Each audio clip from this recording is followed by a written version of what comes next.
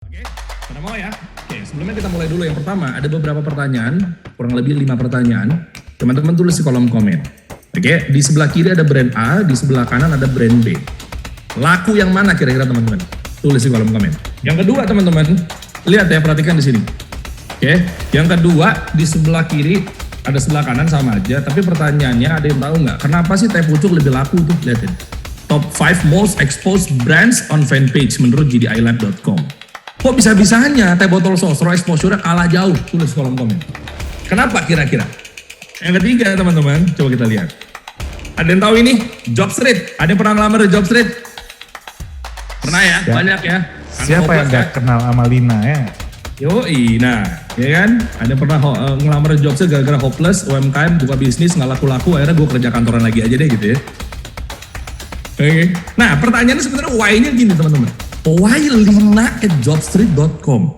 Bukan HRD at jobstreet.com, apalagi seperti yang dilakukan oleh perusahaan-perusahaan, cs at jobstreet.com emailnya, atau info at jobstreet.com, atau seperti basi-basi yang lainnya. Tulis di kolom komen, kenapa tuh pakai Lina tuh? Ya oke, terus yang keempat teman-teman, kira-kira kalau ketemu dua akun Instagram ini, follow yang mana? Jawabnya kiri atau kanan? Gue kasih waktu sekitar 30 detik untuk menyimak. Jangan buru-buru, jangan gegabah. Perhatikan baik-baik, ini ada hubungannya sama marketing teman-teman.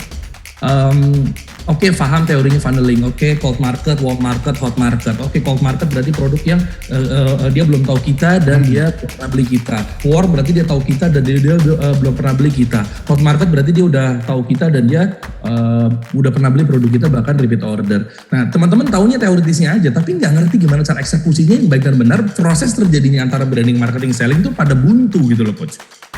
Nah, ini harus bedah di sini teman-teman secara applicable ya. Lanjut yang terakhir, yang kelima, kalau melihat dari akun yang ini, mungkin postingan lah ya, mungkin microblog atau apapun itu, ada muncul di feed lo, ya, square lah misalnya. Lu kira-kira mau ngeklik dan penasaran, mau nge-swipe kalau microblog atau mau ngeklik, mau mantengin itu kira-kira postingan yang kiri apa yang kanan? Tulis di kolom komen. Tapi kalau kita mau recap sedikit, yang pertama itu terkaitan dengan apa? Oke, biasanya market. Yang kedua itu terkaitan dengan apa? Nah, ini bocorannya brand positioning namanya. Kalau yang dibahas ini dua ini, ya. Yang ketiga ini terkait dengan apa? Nah, ini namanya brand voice. Yang keempat ini terkait dengan apa? Nah, berarti ini adalah bio. Bio ini proses funnelnya antara menuju branding ke marketing dan ke selling. Nah, ternyata di bio aja ada 3 elemen itu. Nah, terus kalau lo mau belajar branding marketing cuma gara-gara mungkin produk doang di hadapan lo, jauh bro. Padahal bio aja tuh adalah pintu gerbang kesuksesan lo. Kalau bio lo nggak bagus, orang gimana mau scrolling down secara behavior, secara perilaku manusia. Itu jebakannya tuh 3 teman-teman. Kalau gue cerita dikit mengenai akun Instagram, ada 3 tantangannya, ada 3 funnel bahkan. Yang pertama, orang kepentok di bio, dia suka dia lanjut ke bawah. Yang kedua, dia kepentok sama cover atau thumbnails, dia suka dia klik dan lanjut untuk menikmati konten lo. Dan yang ketiga, 3 detik pertama dalam sebuah konten, anggaplah reels, itu menentukan postingan lo ditonton sampai akhir apa enggak. Artinya 3 jebakan ini lo butuh funnel. Oke, itu semua marketing. Yang kelima ini terkait dengan headline. Bagaimana cara bikin headline yang menghipnotis dan mematikan. Nah, ini loh maksudnya kuncinya. Semua juga marketing pembahasannya. Oke, kita mulai ya. Bismillah. Bagaimana cara bikin produk kamu selalu diingat sama konsumen?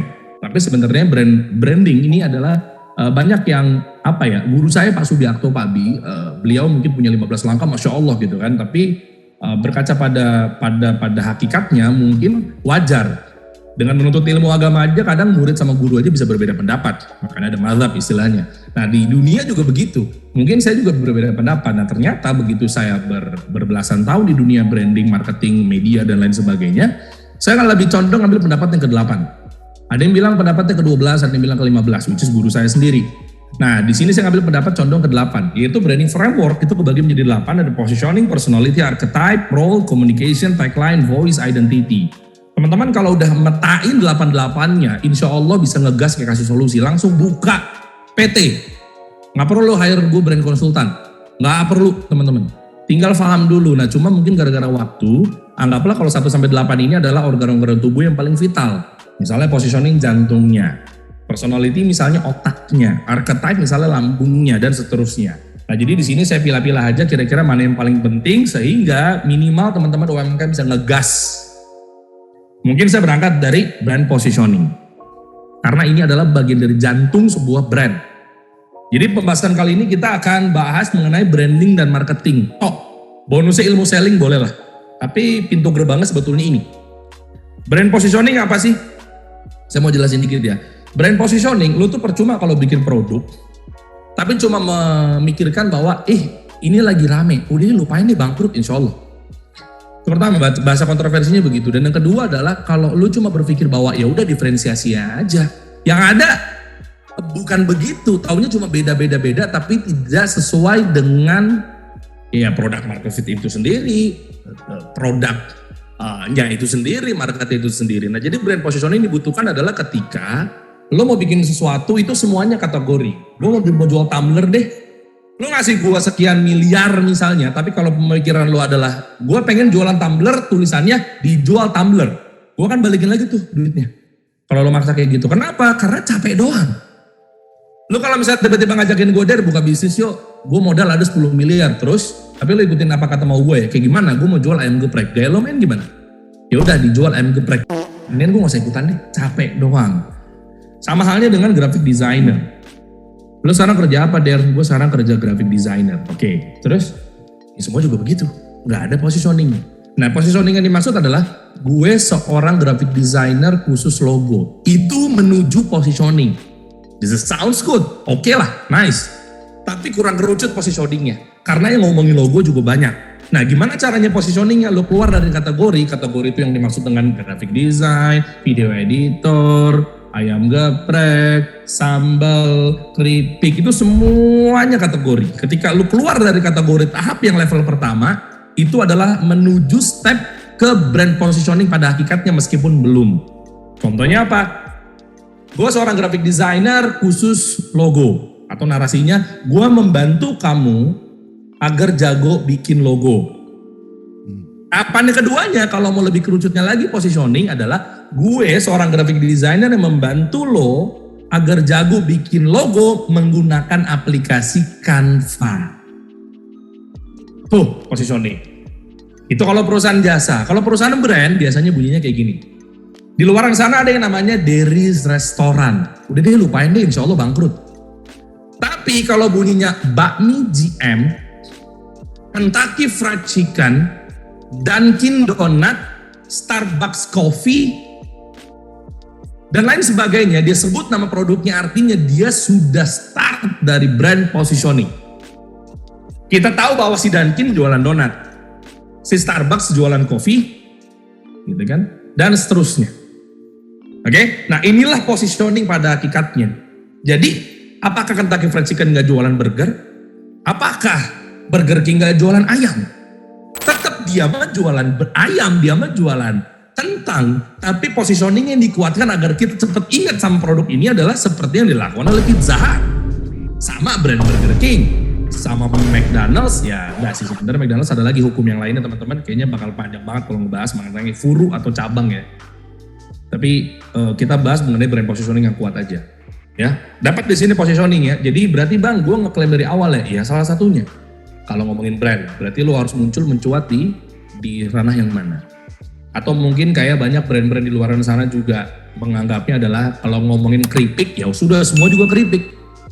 Keluar dari kategori dan menuju step pertama, keripik pedes selesai. Semua juga keripik pedes. Keluarin lagi dari kategori yang nomor 1 menuju ke kategori yang nomor 2. Keripik pedes level-levelan. Itulah bentuk awal kesuksesan sebuah keripik maici. Paham brand positioning? Jadi brand positioning adalah semua warna tuh banyak banget. Hijau ini misalnya mobil. Hijau ini misalnya software accounting. Semua juga software accounting.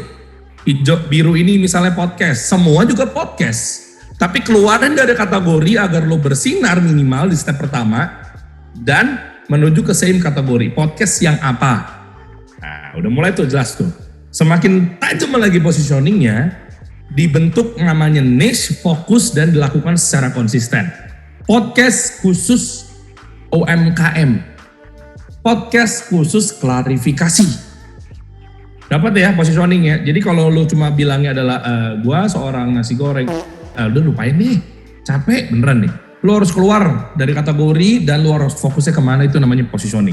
Kaidahnya dalam berbisnis atau brand kayak gini.